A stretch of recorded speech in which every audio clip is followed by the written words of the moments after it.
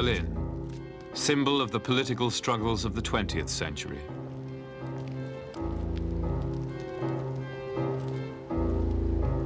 Focus of modern confrontations between the superpowers of East and West.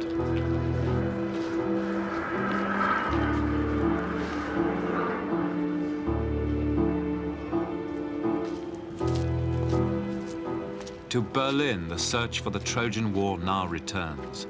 And for the first time, it leads to documentary sources for Homer's story.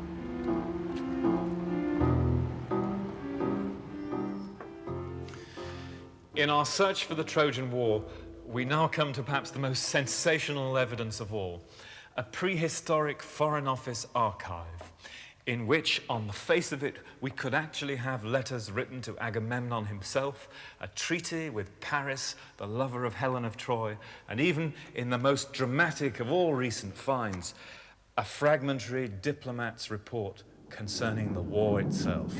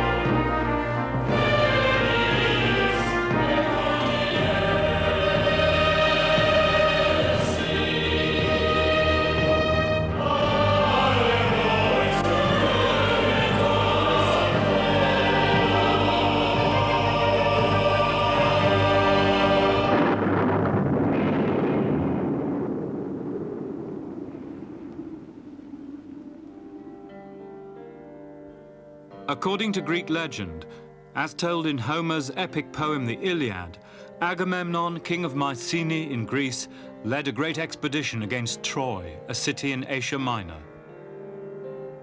The war was fought to punish the seizure of a Greek queen, Helen, by the Trojan prince Paris. Homer says Agamemnon was a great king and had allies from all over Greece and the islands. After 10 years' war, Troy fell, and its royal family, including Paris, was wiped out.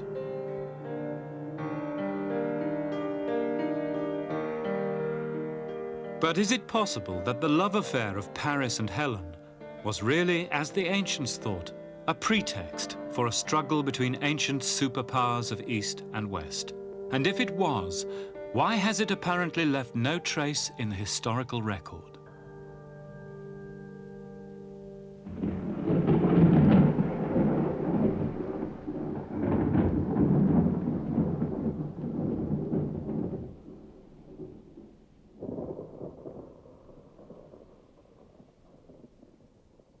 The late Bronze Age, the 13th century BC, was a time of great empires in the Near East. Babylon, ancient but now declining, Assyria, a rising militarist power in what is now Iraq, Egypt, ruled for most of the century by the great builder Ramses II, and lastly, the Hittites, in what is now Turkey, ruling from the Egyptian frontier all the way to the Aegean Sea. And it is the Hittites who are the key to this stage of our search.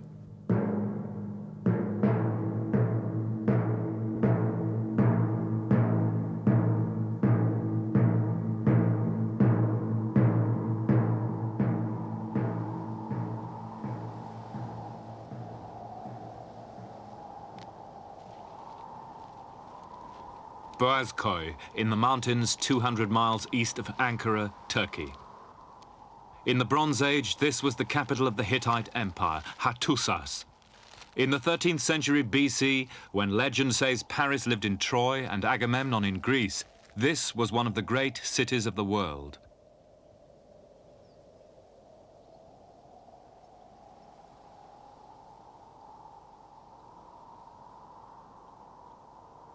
Then these hills were covered by temples, houses, and a huge royal residence on the great fort, where ambassadors were received from Egypt and Babylon.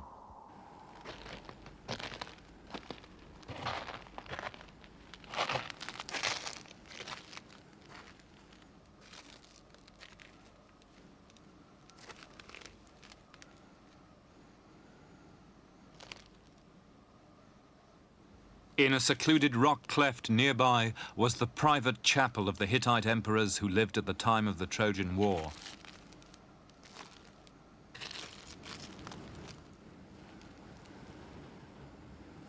Here they prayed to the great gods of Hatti, chief among them, fittingly in this wild place, the storm god.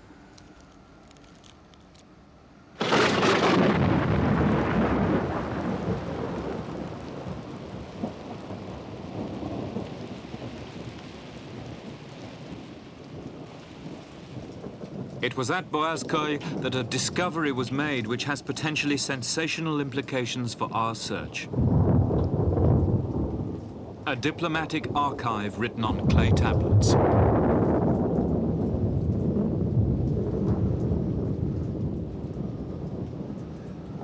This was just one of the archives here at Boğazköy. There were in fact several. And one temple archive has been discovered as recently as 1983. But this was the key diplomatic archive. It still bears the marks of the destruction, the fire which swept Boğazköy in about 1180 BC. You can see here the burned remains reddened by that final fire. It was here in 1906 that the Germans made perhaps the single most significant discovery in Anatolian archaeology. The find of about 2,500 baked clay tablets inscribed with cuneiform writing scattered all over this area and in these rooms. As luck would have it, the find included Hittite Foreign Office records covering the very period of the Trojan War. But at that moment, no one could read them.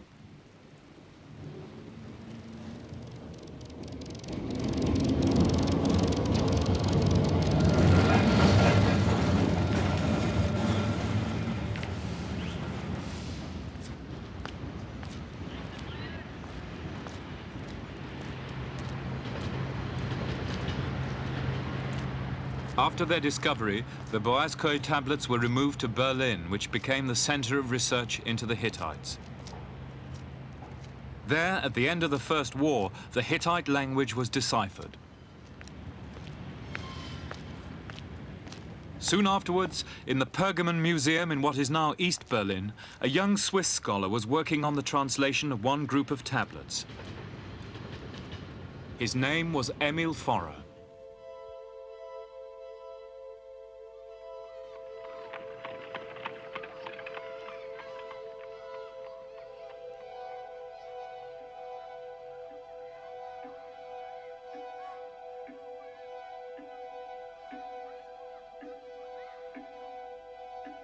What Forrer saw next, in the little study room of the museum, was one of the most remarkable of all discoveries in the search for Troy.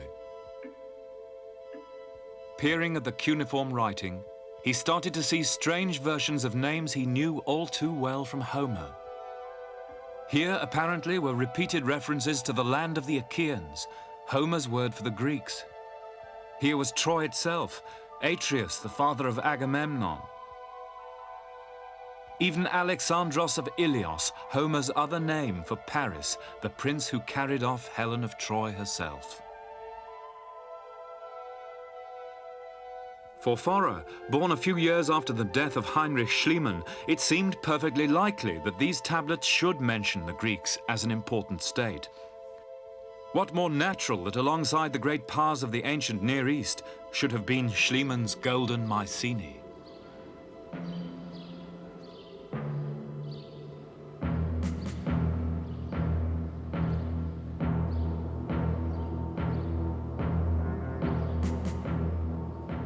Schliemann, after all, had shown that Mycenae was the richest and most powerful kingdom in Bronze Age Greece, with its immense royal tombs and the coat of arms of the house of Agamemnon above its gate.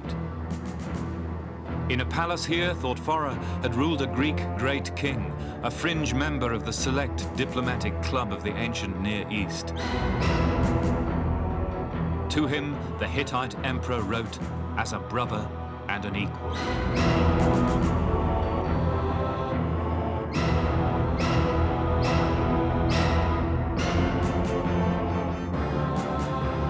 The theory was daring and exciting, too exciting perhaps. By the 1930s, it had been thrown out by the academic world as unproved speculation. But are the Greeks in the Hittite texts? In this stage of our search, we shall try to show that they are, and that the legend of the Trojan War could go back to real events towards 1260 BC, recorded by the Hittite Emperor Hattusilis III.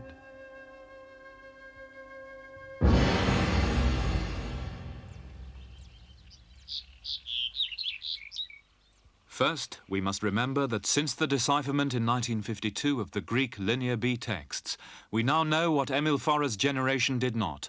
The Bronze Age rulers of Mycenae were Achaean Greeks, as Homer says. We also now know that the Greeks had relations at ambassadorial level with at least one of the superpowers, Egypt.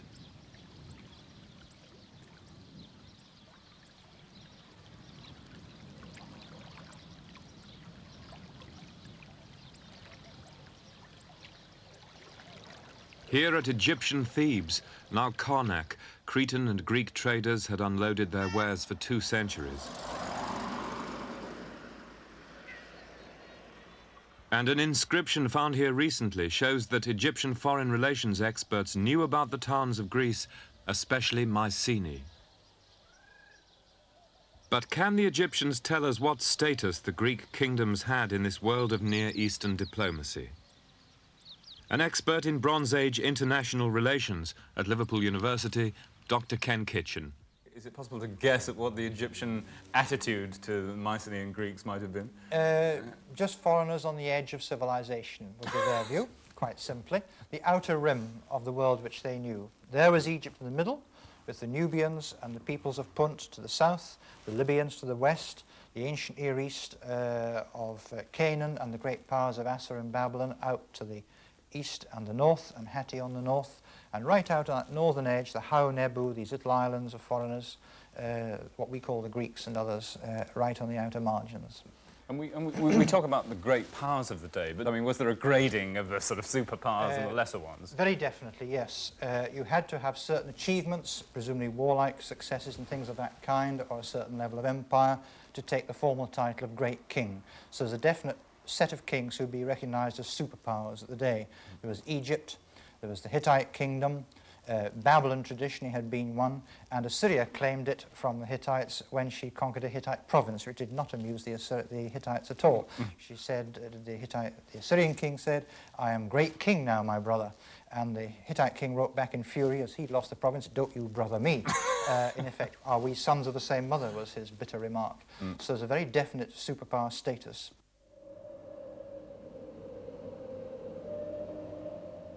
But according to Homer's Iliad, Agamemnon had just such status. He was a great king, not only of mainland Greece, but of many islands, including Crete and Rhodes. If this is true, was it recorded by the diligent and expert diplomats of the Hittite Foreign Office?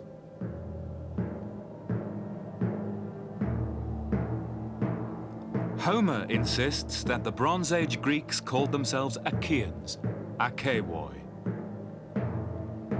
But the Hittites speak of a powerful kingdom to the west called Achaeawa. Are they the Greeks? Where was Achaeawa? There are many theories. Was it perhaps in Thrace, present-day Bulgaria? Could it have been an Anatolian state based at Troy itself? Was it an island kingdom, for example Rhodes, which was colonized by Greeks? Or could it be a mainland Achaean Greek power, perhaps centering on Mycenae itself, as Homer's tale would suggest?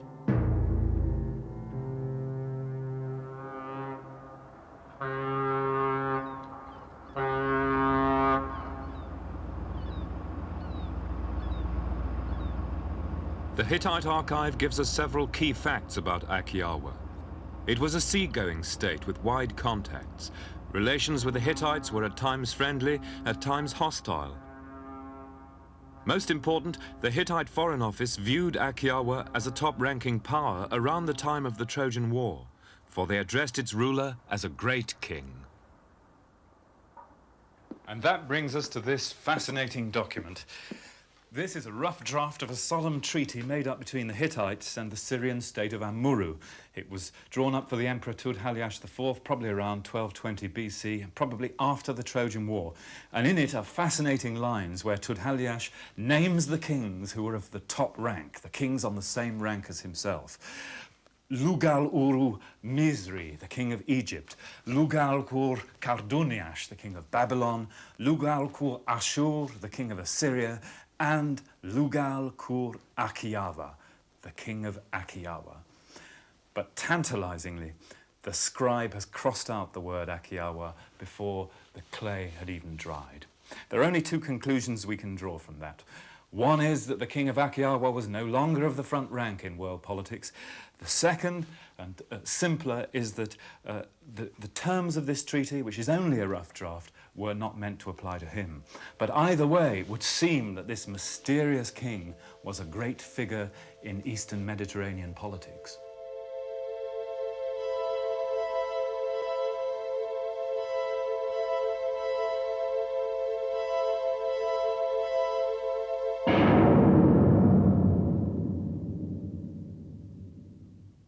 But was he a Greek king?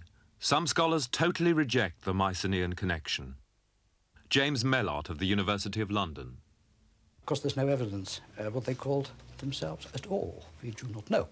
I think in this case, before we jump... We do know they were Greek, though, now, we know that they were Greek because the texts are in Greek. Well, if I was going to argue for the Greeks being the kingdom of Akiawa, I would say, well, here we have clearly a major kingdom to the west of the Hittite sphere of influence, a kingdom which interferes militarily and diplomatically with the Hittites on their western fringe.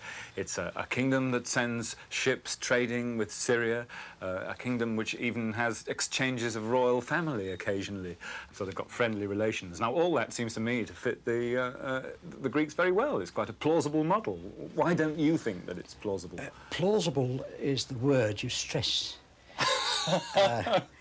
I think what is becoming rather an irony is that whereas Mycenaean archaeologists have now almost reached the point where they say that there was no such thing as a great Mycenaean state with a lot of small ones all fighting each other, on the basis of literally one reference in Hattusilis' letter to the king of Akiawa, where he calls him my brother and therefore he's a great king. We've got a bit of a contradiction here. All right, you can no doubt, link this to Agamemnon, etc., but I don't think anybody in recent years has tried to... You could easily argue it on the basis of the archaeology, though, couldn't you? Looking at Pylos, Mycenae, Knossos, there's a good argument for the same culture down to the minutest details of the Linear B form, isn't there? Indeed, but hardly a united kingdom. A whole series of kingdoms, quite clearly. And that is not the sort of thing, one might expect from the Mycenaean side. No overlord of the whole lot. Not even in Homer's Iliad. Agamemnon plays very much second fiddle to Achilles.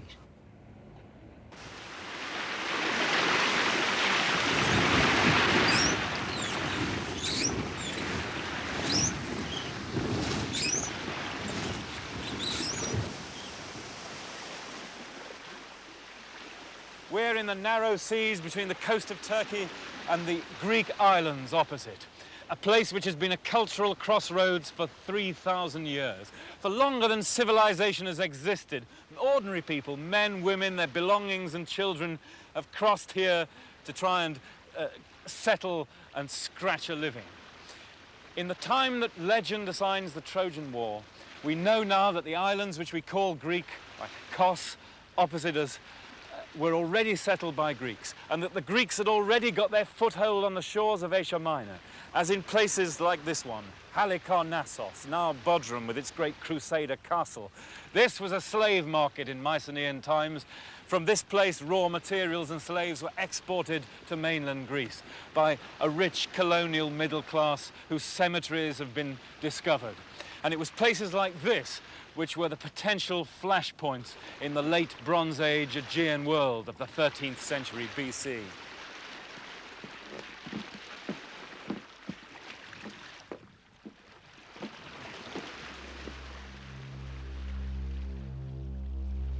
Recently, archaeology has given fresh clues confirming the Greek presence on the fringe of the Hittite world. Their pottery has been found in 30 places. In Greek Linear B tablets, 6 place names have so far been identified where the Greeks took Asian slave women.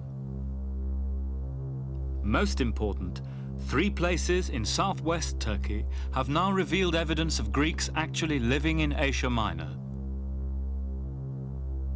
Chief among them was Miletus.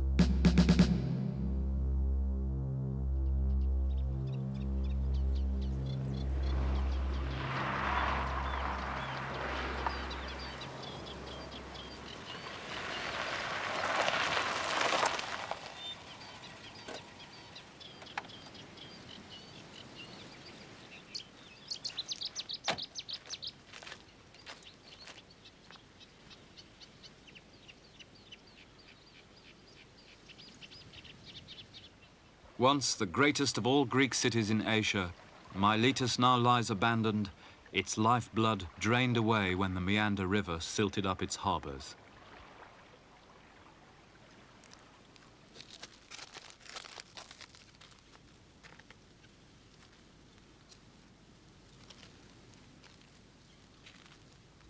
In the late Bronze Age, around 1300 BC, Miletus stood on a sea-girt promontory. It was fortified with a circuit wall enclosing an area larger than Mycenae. Almost all the evidence is now obliterated, but a palatial building stood on a low hill inside the town.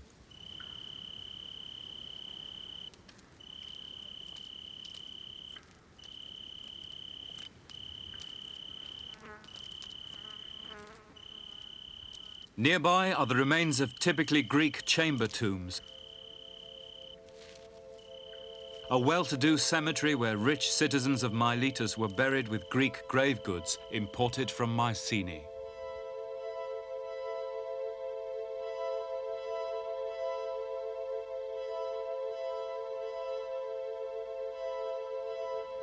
The question arises, exactly what kind of place was Miletus in the late Bronze Age? It would be tempting to call it a Mycenaean colony, but it's not as simple as that. It was obviously a place where many races met. People of Anatolian, Carian origin, people of Cretan origin, Greeks, maybe even a sprinkling of Hittites. A Hittite pilgrim flask has turned up here. So it was a cosmopolitan place. But there must have been a strong central authority, because only a strong authority and one with money and influence could have built that great circuit wall around the low promontory which was Mycenaean Miletus there. And presumably that authority lived in the palatial building on that hill. But was that central authority Greek? Was Miletus even ruled from mainland Greece?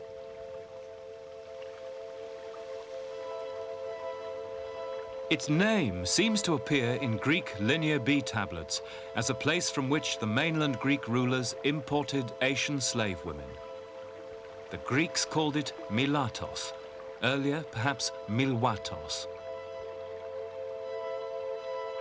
But according to the Hittite Foreign Office, there was a city on the western coast of Asia Minor, controlled by the foreign power of Akiawa, a city they called Milawanda, later Milawata. And the Hittites and Akiawa had a major diplomatic crisis over this place. Are Miletus and Milawanda the same?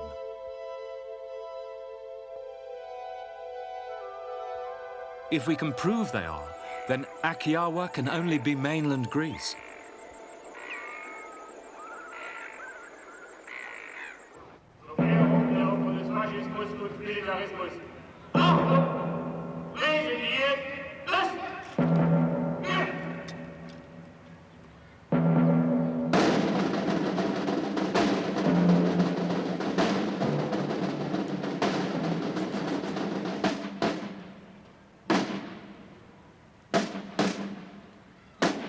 And in the surviving tablets in East Berlin, we begin to glimpse a story with a modern ring. A a story of political jostling between superpowers who were willing to sacrifice lesser states to political expediency. The hidden workings of such diplomacy are difficult enough to fathom today, the true meaning of the words themselves often elusive. But the Hittite tablet describing the Milawanda affair needs to be listened to carefully, complicated though its story is, for it is the turning point in our search. This letter contains our crucial evidence for this stage of the search. It's the office copy of a letter written by the Hittite Emperor Hattusilis III to an unnamed king of Achaia, we think of Greece, around the year 1250 BC, about the time of the Trojan War. It's known as the Tawakalawash letter, but in fact its subject is a villain called Piamaradush, and I'm afraid we'll have to put up with a few unpronounceable names at this point in our story. But it's worth remembering that in Hittite eyes, Piamaradush is quite simply the baddie. Evidently, he was a powerful, dispossessed royal adventurer operating somewhere off the coasts of Western Anatolia, in collusion with Achaia, we think the Greeks, and in collusion with none other than the brother of the king of the Greeks himself, whom the Hittites called Tawakalawash. Piamaradush had evidently once been a Hittite subject, but now he's terrorizing their local allies in the west and breaking up the network of alliances built up by Hittite diplomacy, by the men of Hattusilis' foreign office. The center of the trouble is a city that the Hittites called Milawanda or Milawata, somewhere on the western coast, and it was controlled by Achaia, the Greeks. Eventually, Hattusilis has to journey all the way across from Boazkoi to sort these events out himself. And this is the letter that he wrote to the Greek king explaining his actions. In it, he gives the names of a number of places that he traveled through on his way to the west. And these are they. Most of them cannot be identified.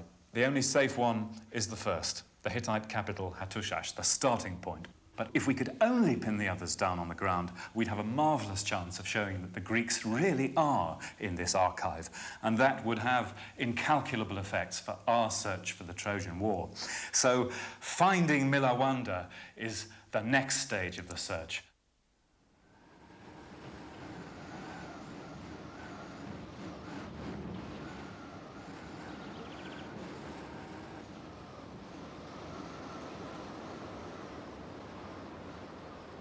The empire administered from Hattusas depended on its ability to protect its distant provinces. And Hattusilis was not a man to refuse the challenge of a villain like Piamaradush.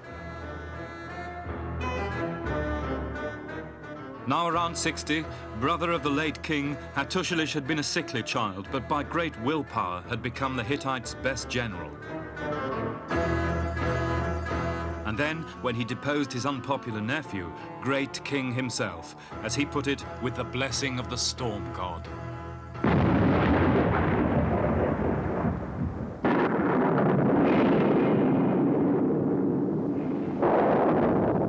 Now in still powerful middle age, politician and generalissimo, Hattusilis was a shrewd if tetchy diplomat and a dangerous enemy. And with the outer provinces of his empire threatened, he had to act. One spring day, in around 1250 BC, he set out for the west.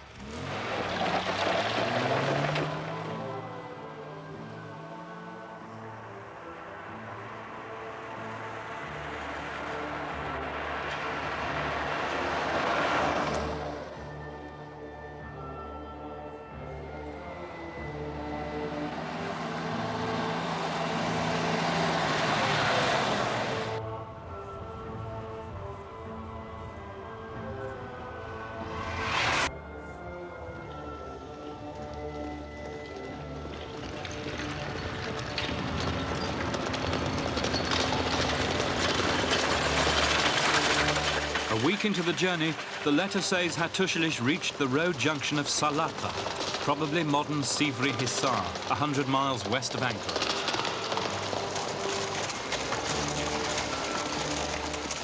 Here he was met by his son, who brought bad news. A conciliatory offer to Piamaradush had been curtly snubbed.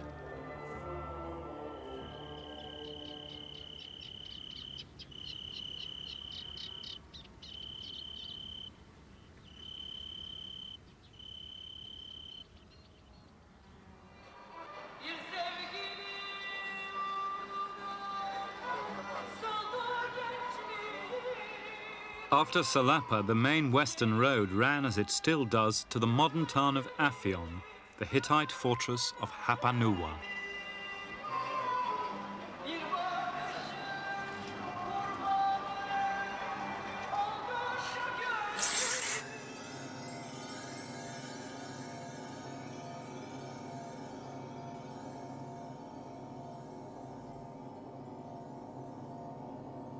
Administrative centre of the Roman and Ottoman empires, Aphion still has great blocks of prehistoric defences under the medieval castle on its fairy tale crag.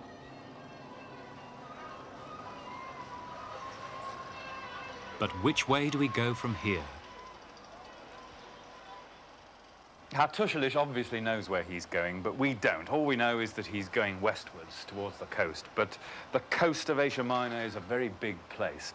And really, this is our crunch here in Aphion, because from here we have to make the decision as to whether we're going to go up towards the Sea of Marmara in the northwest, near the region of Troy itself, to look for Milawanda.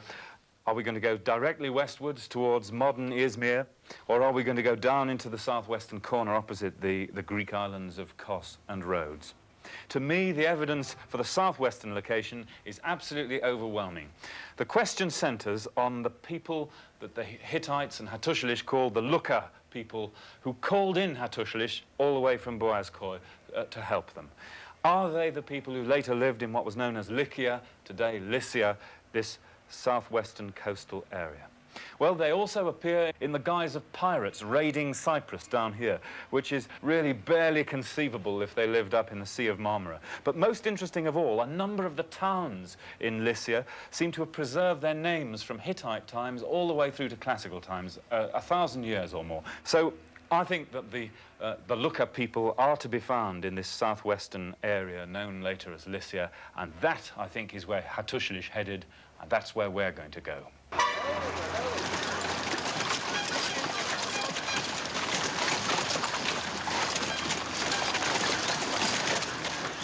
Easy to imagine the bustle as Hattusilis gave the order to depart. The troops singing their marching song, the royal kinsman, the wine master, Sahurunwas, the master of the scribes on wood, Kamalias, the head cook, and the rest of the king's immense retinue.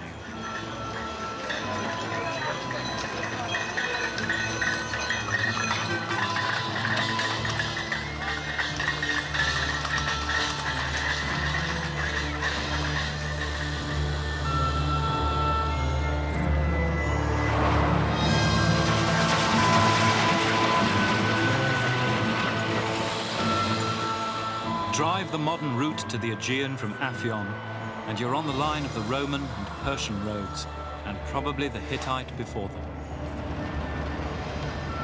It is one of the immemorial travel routes through Anatolia.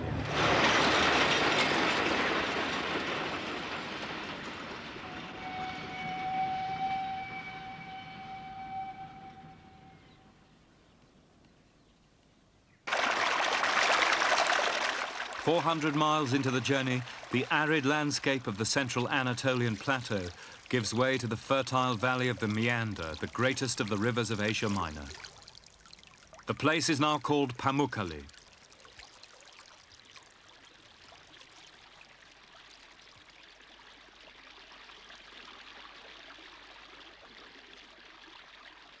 Here, the ancient road descended into the river plain before heading west on the last leg towards the Aegean Sea and the Greek world.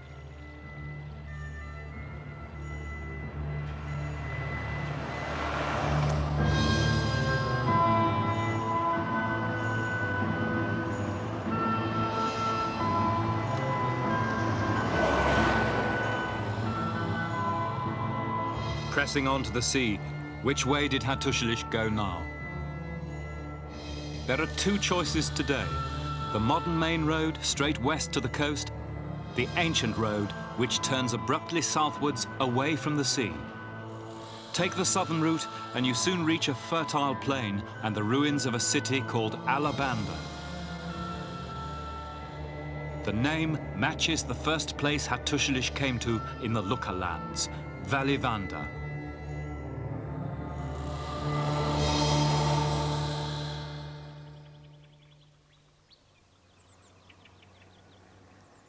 Hattusilis' letter now gives us another clue. The next place he reached was a fortress called Ialanda on a steep and waterless height.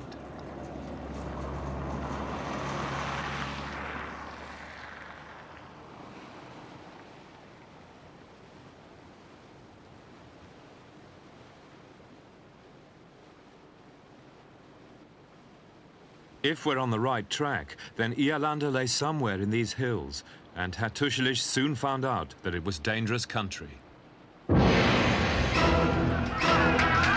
I was attacked there in 3 places. Now the hill of Ialanda is very steep and difficult to attack, so I dismounted and went up on foot. I smashed the enemy there. I took many prisoners, and I devastated Ialanda.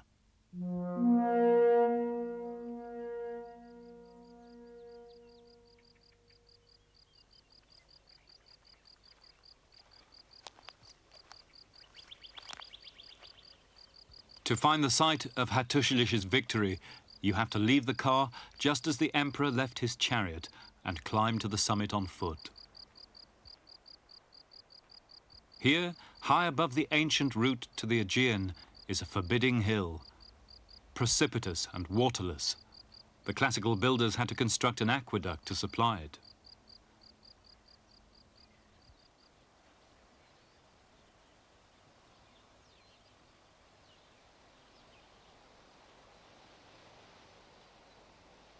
This natural fortress was sieged only with great difficulty by Alexander the Great himself 1,000 years later.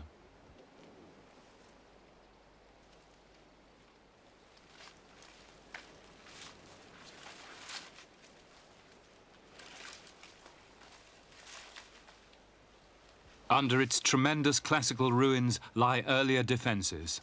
It is called Alinda. Again, the Hittite name survived until later times. So we are on Hattusilis' track, and somewhere not far ahead lie the villainous Pia-Maradush and his shadowy foreign master, the king of Akiawa.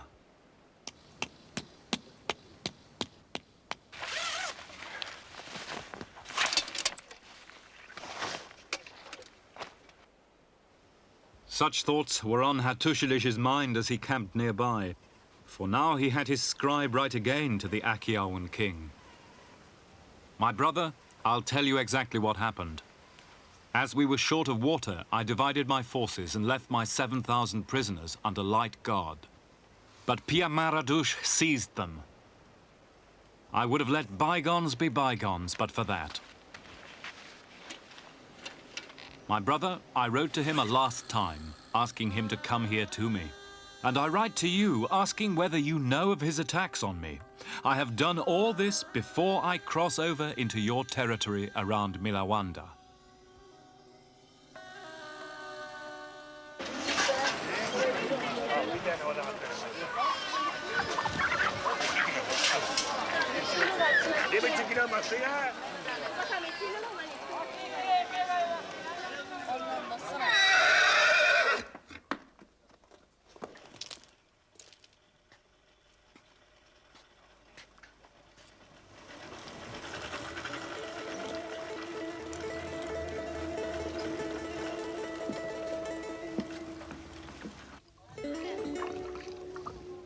Camped nearby, Hattusilis waited for a reply from Akiawa.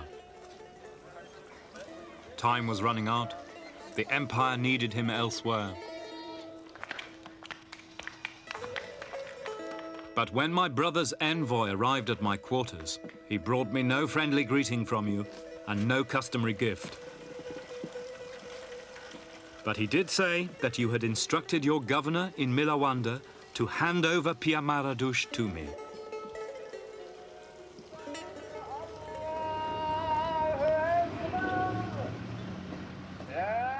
That was what Hattusilis wanted to hear.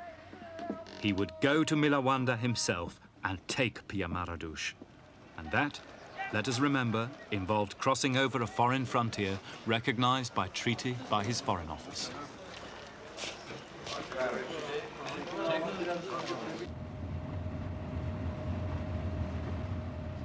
There is only one way Hattusilis can have gone now, northwest towards the sea. The ancient road ran along what is now a great salt lake, Bafa Göl.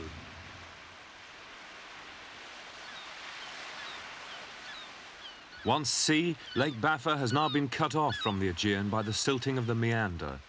But in the Bronze Age, it formed a great gulf around which the land route to the west had to make its long detour through the mountains. Then the Meander flowed into an immense bay.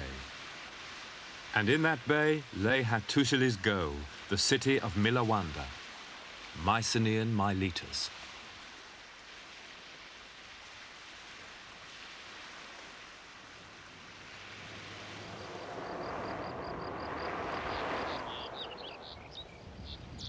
Now lying low, baking in the silt plain of the Meander, then washed by the sea with a magnificent backdrop of the Greek islands behind.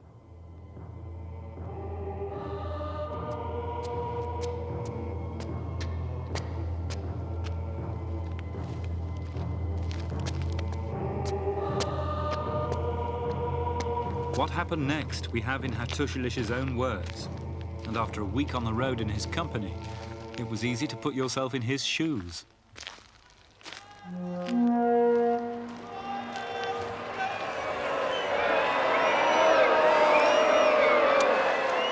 I entered your city, Milawanda, because I have a few things to say to Pia Maradush that I think it would be good the rest of your citizens here listen to. But my visit here has not gone very well. I asked to see your brother, Tawa Kalawash, and I'm told he's away. I asked to see Pia Maradush, and I'm told he's taken a ship and gone overseas. Meanwhile, while all this is going on, I receive a letter from you, a letter that can only be described as insolent, adopting a tone barely tolerable between equals, forbidding me to remove Pia Maradush from Milawanda. You write to me, my brother, as a great king, as my equal. But in your letter, I do not hear the language of an equal. I'm directed... Yes, if I can just say something here. This is very interesting. Hattusilis, throughout his life, was very touchy about the way that he came to the throne because he'd deposed his nephew. And anybody who suggested that he wasn't a genuine great king made him see red. In fact, Ramses II of Egypt had to write to him saying, look, my brother, of course you're a great king. You've done wonderful things in Hittite land, and don't worry about it. Are you aware, or is it even with your blessing, that Pia Maradush is going around boasting that he intends to leave his wife, children, and incidentally my 7,000 prisoners under your protection while he continues his piratical raids against my territory? Look, we're friends, you and I. There's been no disagreement between us since the affair over Wilusa, when I'm sure I was able to persuade you that it was no cause for war between us. As for my armed occupation of your town, Milawanda, look upon it as a friendly visit. I'm sorry if I appeared impolite or aggressive. It's true I was a little hot-headed in the past. From now on, let's live together in perfect friendship. Thank you.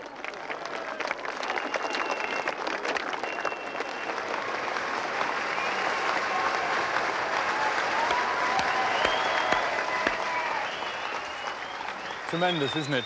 Can you imagine any modern government being so reasonable?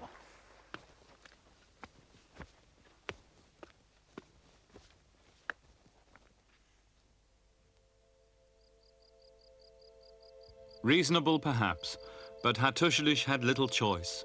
His hold over his western protectorates was now unsteady. In the face of Achaean command of the sea, he had to be conciliatory towards the great king of Achaea land.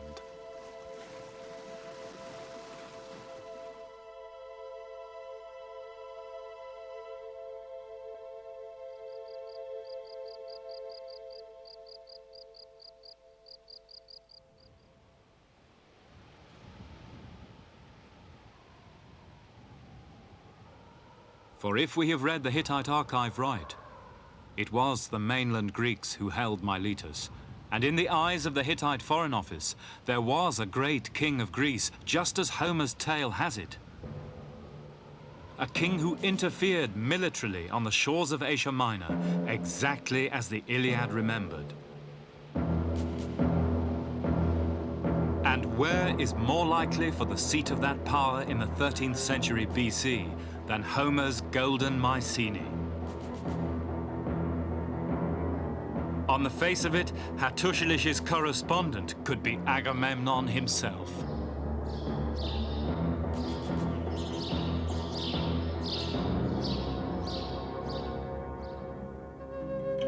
So there is a new question to ask of the Hittite Foreign Office. Do they have records of Troy?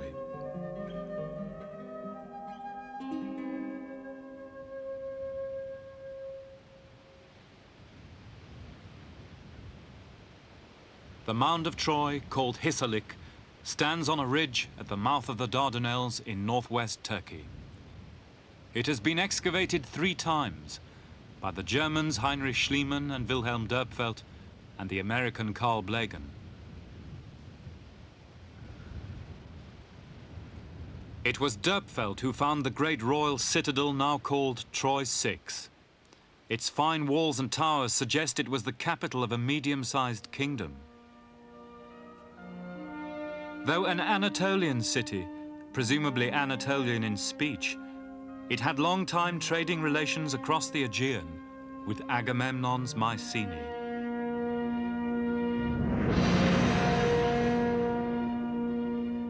This city was violently destroyed in Hattusilis' day, but the excavators disagreed as to whether the cause was an earthquake or the hand of man.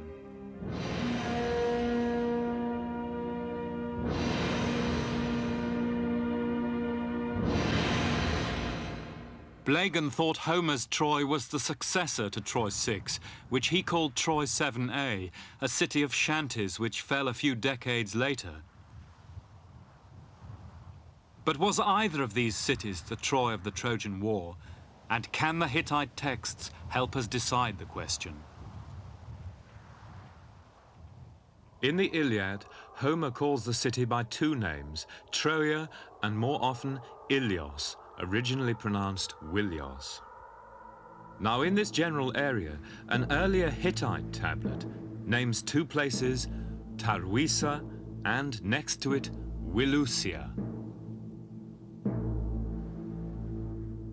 At the time of the Trojan War, they may have come within an important state called Wilusa, and according to Emperor Hattusilis, it was over this state that the Hittites actually came to blows with the Greeks. Was Wilusa Troy?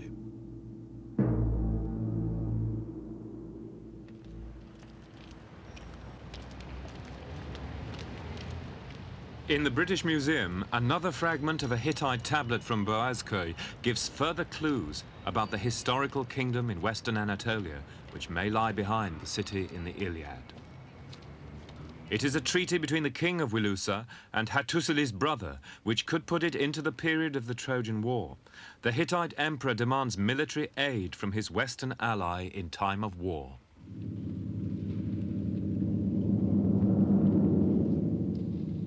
If I, the son, am called out on campaign, says the Hittite king, these campaigns are obligatory from Hattusilis. If the king of Egypt or Assyria marches against me and I write to you for chariots and infantry, you must come and help. Now, that treaty dates from about the time of the great battle at Kadesh in between the Hittites and the Egyptians, in which the Egyptian intelligence department had information that among the Hittite western allies were a people known as Dardani, the very name Homer gives to the people of Troy. It really is a coincidence that can't be avoided. And in that case, the next coincidence is really quite extraordinary, because on this treaty, the name of the prince of Wilusa is Alexandros, strikingly recalling Homer's name for the prince of Wilios, Alexandros, Paris, the lover of Helen of Troy himself.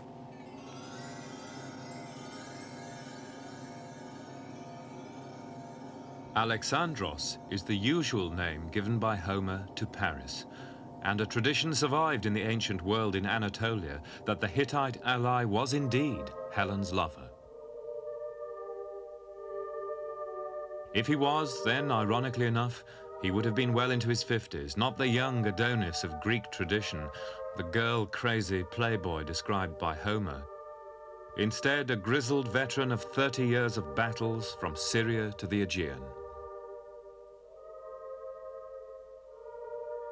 At that point, he vanishes, and his city is plunged into disaster. What happened? Is there, after all, a grain of historical truth behind the tale of the most famous seduction in history?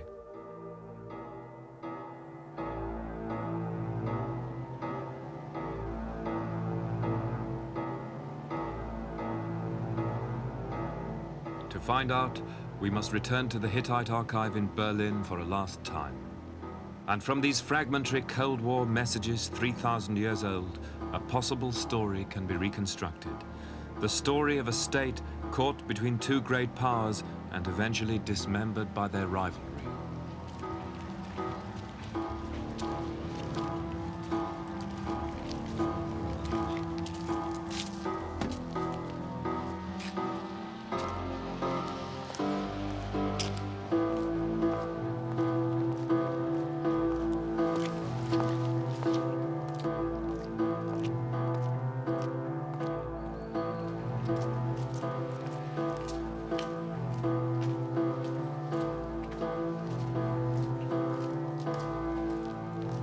Putting together several tablet fragments, the story could be this.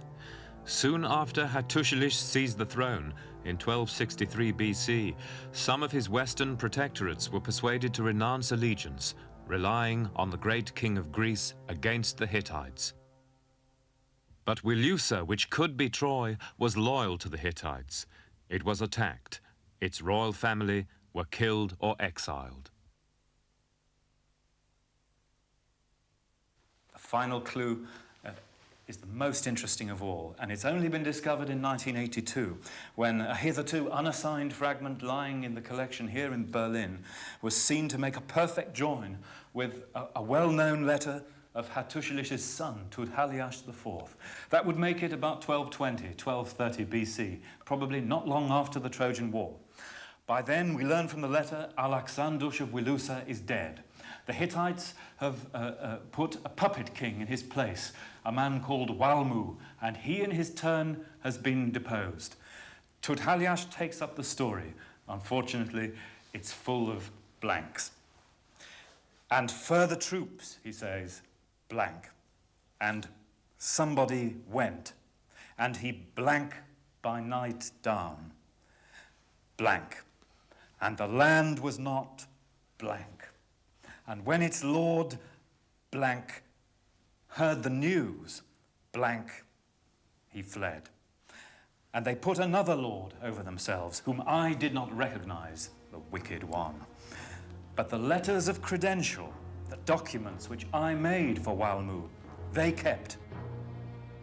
It was in my father's day that these troubles began.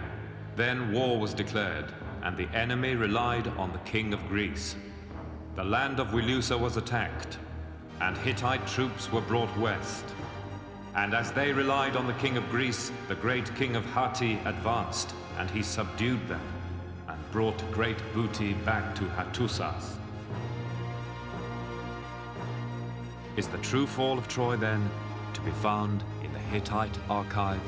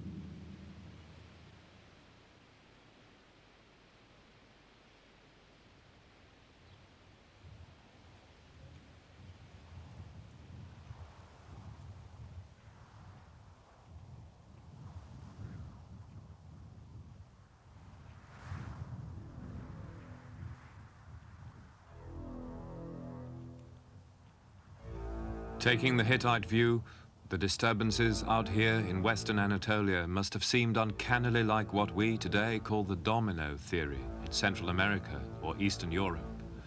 The diplomatic fabric patiently built up by their Foreign Office experts over 2 centuries was now being torn apart. They could no longer guarantee the sovereignty of their most far-flung protectorate. As for Troy, if it was Wilusa, it had been loyal to the Hittites for 400 years. And if our Hittite version of the Trojan War is even something like the truth, it is not hard to imagine how they felt. This marvellous city of Troy 6 maintained its cultural separateness for 500 years, and probably its political separateness too. They must have been very astute kings, the men who built these wonderful walls. But they looked westwards. Their main imports seem to have been from Mycenae itself. The Greeks, on the other side, looked this way. They, as we've seen, were trying to catch a foothold on the coast of Anatolia, looking for metals, raw materials, slaves, perhaps even to carve out petty kingdoms. And that, I'm sure, was why the Hittites came in, over to this side. The Hittites were quite prepared to acknowledge that the area of Miletus, Milawanda, might be in the Greek area of influence. But this part of the world, with the related kingdoms of Wilusa and Arzawa, was certainly, let there be no doubt about it, in the Hittite diplomatic sphere. And they came in for security reasons, a good reason for intervention that we understand well today. And so the crisis that had been brewing between those 2 superpowers came to a head. And I think we can imagine worried ambassadors scurrying through this gate to report to their king. And in the course of a campaign in which perhaps many cities were sacked, this citadel fell. But whether it was Troy 6, with its beautiful walls and its fine houses, or Troy 7A, with its shanties and its soup kitchen, I'm no longer sure. I'm not certain anymore about the earthquake that Carl Blegen thought leveled Troy 6, or the date for that matter. In fact, the questions still stand. Who sacked Troy? The retreating Greeks, the Hittites, or someone else? And which Troy?